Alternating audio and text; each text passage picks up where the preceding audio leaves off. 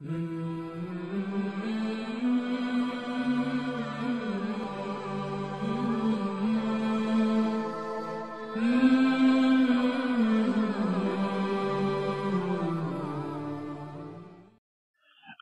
علیکم ورحمۃ اللہ وبرکاتہ۔ الحمدللہ رب العالمین والصلاة والسلام علی اشرف الانبیاء والمرسلین وبعد۔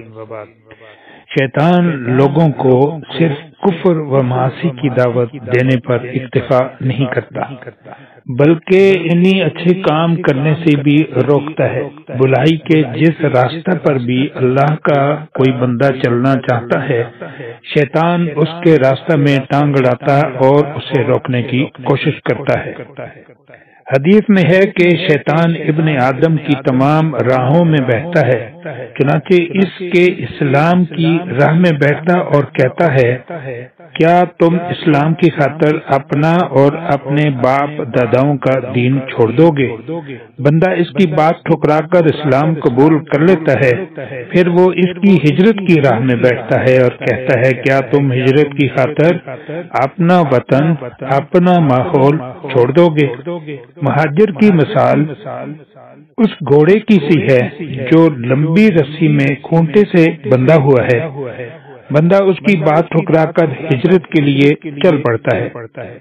پھر وہ اس کے جہاد کے راستہ میں بیٹھتا ہے اور کہتا ہے، جہاد کرو گے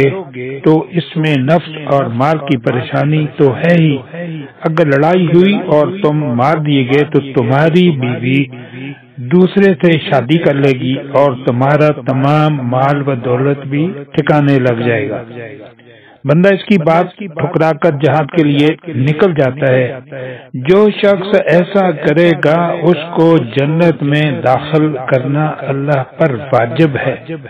اگر اس کا قتل ہو تو اللہ پر واجب ہو جاتا ہے کہ اس کو جنت میں داخل کرے۔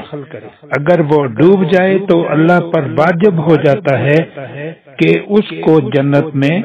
داخل کرے۔ اگر اس کا جانور اس کی گردن توڑ دے تو اللہ پر واجب ہو جاتا ہے کہ اس کو جنت میں داخل کرے۔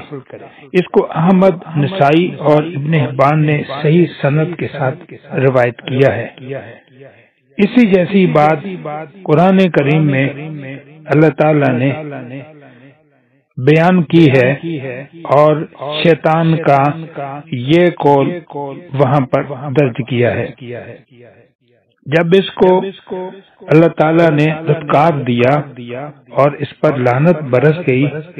تو اس نے اللہ کے سامنے کھڑے ہو کر کچھ اس طرح کے الفاظ کہے تھے۔ اللہ تعالیٰ سے اس نے کہا، جس طرح تو نے مجھے گمراہی میں مبتلا کیا، میں بھی اب تیری سیدھی راہ پر ان انسانوں کی گھات میں لگا رہوں گا، آگے اور پیچھے، دائیں اور بائیں، ہر طرف سے ان کو گھیروں گا، اور تو ان میں سے اکثر کو شکر گزار نہ پائے گا۔ تو اس بات سے آپ اندازہ لگا سکتے ہیں کہ جس قرآن کو ہم پڑھتے ہیں، جس قرآن پر ہمارا ایمان ہے، اسی قرآن میں اللہ تعالیٰ نے شیطان کے اس قول کو نقل کر کے لوگوں کو خبردار کیا، اپنے بندوں کو خبردار کیا کہ ایک ایسا لعین، ایک ایسا دشمن جو کہ مجھ سے پاور مانگ کر تمہارے پیچھے لگ چکا ہے، تمہاری خون میں یہ دوڑے گا، یہ تمہارے جسم کو اپنا مسکن بنائے گا، یہ تمہاری نیکی کی راہوں میں بیٹھ کر تمہیں ورگلائے گا، یہ تمہارے دلوں میں وسوسے ڈالے گا اور تمہیں نیکی کے راستوں پر چلنے سے روکے گا، جس طرح کہ اس نے خود کہا